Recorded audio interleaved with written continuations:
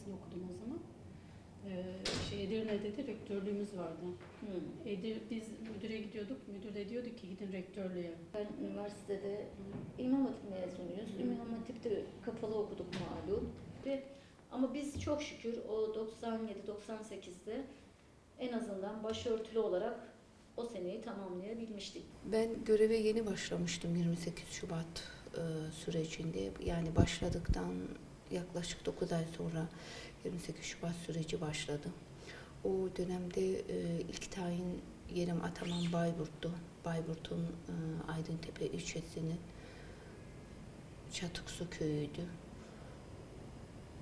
O dönemde ilk bize hiç hissettirilmeden yapılmaya çalışan ama aslında biraz da gözdağı vermek amacıyla okula, biz köyde çalışıyorduk. Okula arabayla çıktığımız zaman okul yolu, yani okula gittiğimiz köyün yolu tamamen askeriye lojmanlarının ve binasının önünden geçiyordu. Biz yola çıktığımız zaman bizi gözetleyen kişiler vardı. Peşimizden askeri tim arabası şeklinde bizimle arkamızdan bizi takip ediyordu. Okul köyün tamamen içindeydi.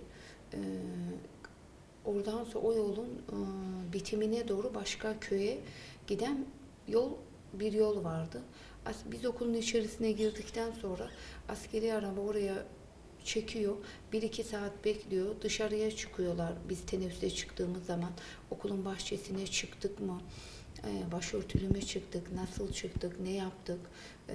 Diye bizi gözlemliyorlardı. Kim olduğunu bilmediğim birileri ben servisten indiğim zaman beni takip ediyordu. Daha sonra tek başıma kaldığım için ilçeden gidip geliyordum.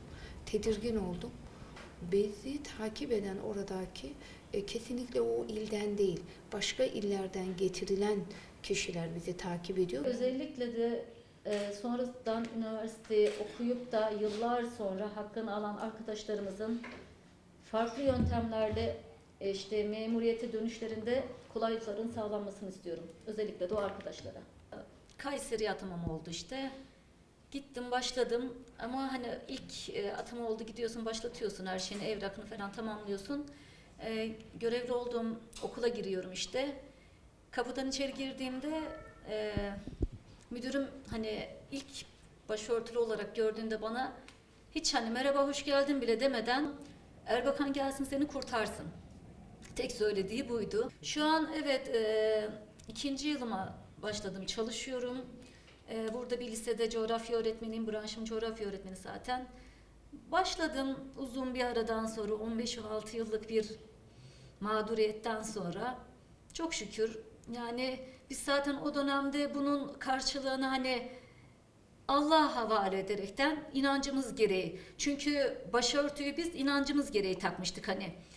Bu ideolojik bir şey değildi. Hani ideolojik bir şey olsa bir şeylerin karşılığında belki bunun satabilirsin veya değiştirebilirsin.